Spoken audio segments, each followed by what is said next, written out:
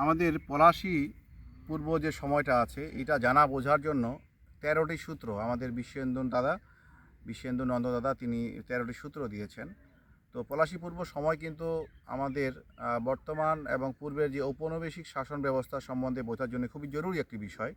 সুতরাং আমি ভূমিকায় না গিয়ে সরাসরি শুরু করি। আমি আজকে ৩টা পড়ার চেষ্টা করব।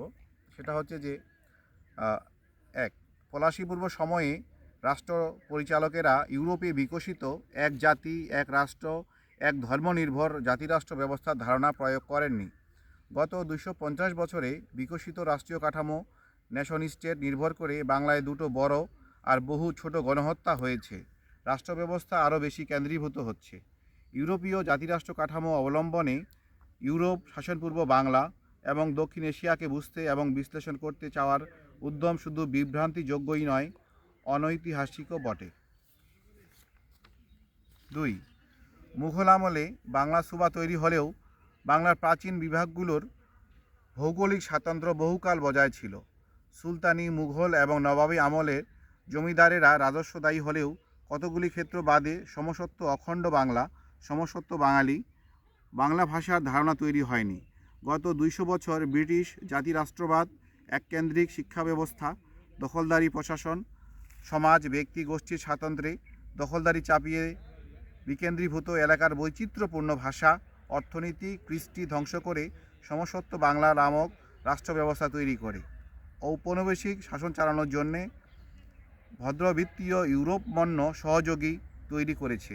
ফলে জাতিরাষ্ট্রের বাস্তবতা তাত্ত্বিক অবস্থান অবলম্বন করে পলাশীপূর্ব সময় বুঝতে বিশ্লেষণ করতে যাওয়া সমস্যাযোগ্য একটি প্রকল্প। ৩, আমি যে ভাষায় ফেসবুকে, বইতে, পত্রিকায় লিখি সেই প্রমিত বাংলা ব্রিটিশদের দান।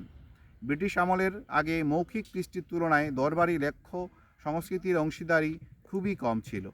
দরবারি রামপ্রসাদ বা ভারতচন্দ্র যে ভাষায় গান বা কাব্য রচনা করেছেন, আজকের ভাষায় লিখছেন বললাম না, কারণ তারা যতটা না লিখতেন তার চেয়ে বেশি রচনা করতেন।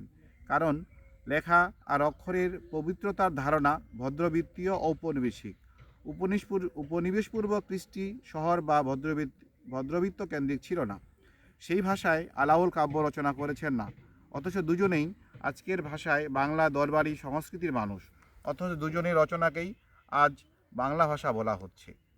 তো এই হচ্ছে মোটামুটি ভাষা এবং আমাদের যে তৎকালীন রাষ্ট্রীয় ব্যবস্থাগুলো আছে এটা বোঝার জন্য খুবই জরুরি একটি আমাদের ১৩টা সূত্র। তো আমাদের এটা জানা বোঝা দরকার খুবই, কারণ ব্রিটিশ পূর্ব সময়ে এবং পরবর্তী যে শাসন ব্যবস্থাকে যোগ্য করার জন্য যে আমাদের স্থানীয় শাসনকে অপশাসন এবং যে একটা শব্দ আছে সেটা হচ্ছে যে বলা হয় যে মধ্যযুগীয়, খুবই মধ্যযুগীয় বর্বরতা। এটা খুবই একটি পরিকল্পিত একটি বয়ান, যার মাধ্যমে আমাদের স্থানীয় সংস্কৃতি কৃষ্টিকে সম্পূর্ণভাবে বাতিল করে তারা যে ইউরোপবর্ণ একটি জাতি করার যে একটি প্রয়াস এবং যার মূলে রয়েছে শোষণ, সেই ব্যবস্থাটা কিন্তু আমাদেরকে বোঝার জন্য এটা খুব জরুরি। আজকে এই পর্যন্তই তাহলে। ধন্যবাদ সবাইকে।